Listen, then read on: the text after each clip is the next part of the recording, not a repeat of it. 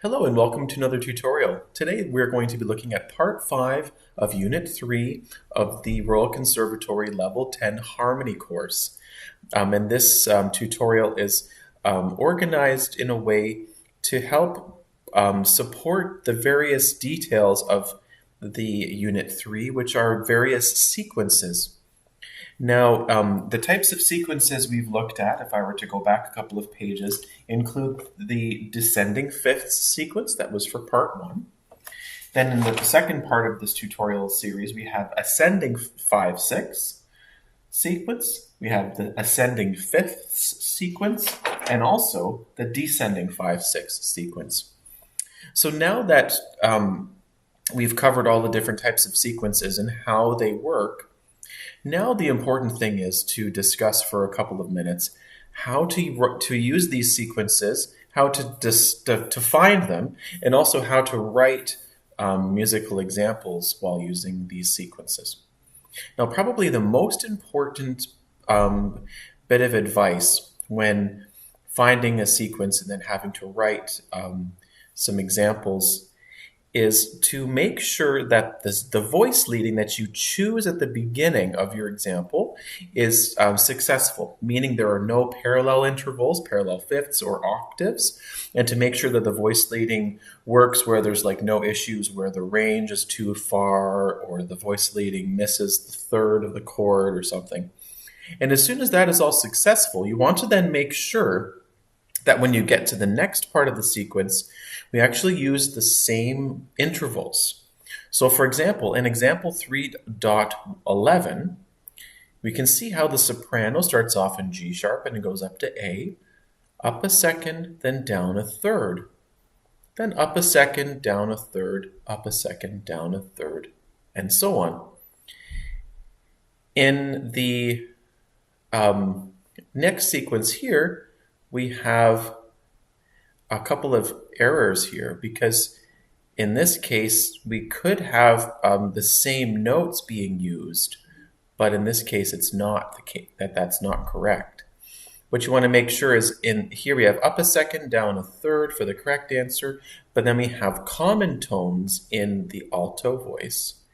And then here we have one note where we're moving down by step, then there's a common tone, then down by step, then common tone. Whereas you can see here, the voice leading is successful for most of the voices except for the alto. There's a little bit of a mistake in this part here. So something that's important to think about is that using successful voice leading for the first two chords of your sequence is probably the most important, because then we're going to be repeating and moving the intervals down or up, depending on which sequence we're using. And you want to make sure that there are no errors that we then copy many times into your homework.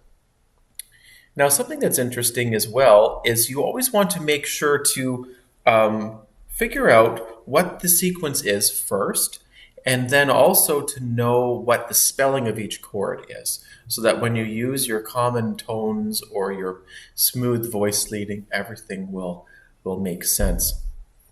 It is possible to have chords where the pattern is actually a sequential voice leading with seventh chords included. So if that is the case, then you also want to make sure to include the seventh chords as necessary throughout the sequence. Now, something that's interesting here is example 3.14, letter F.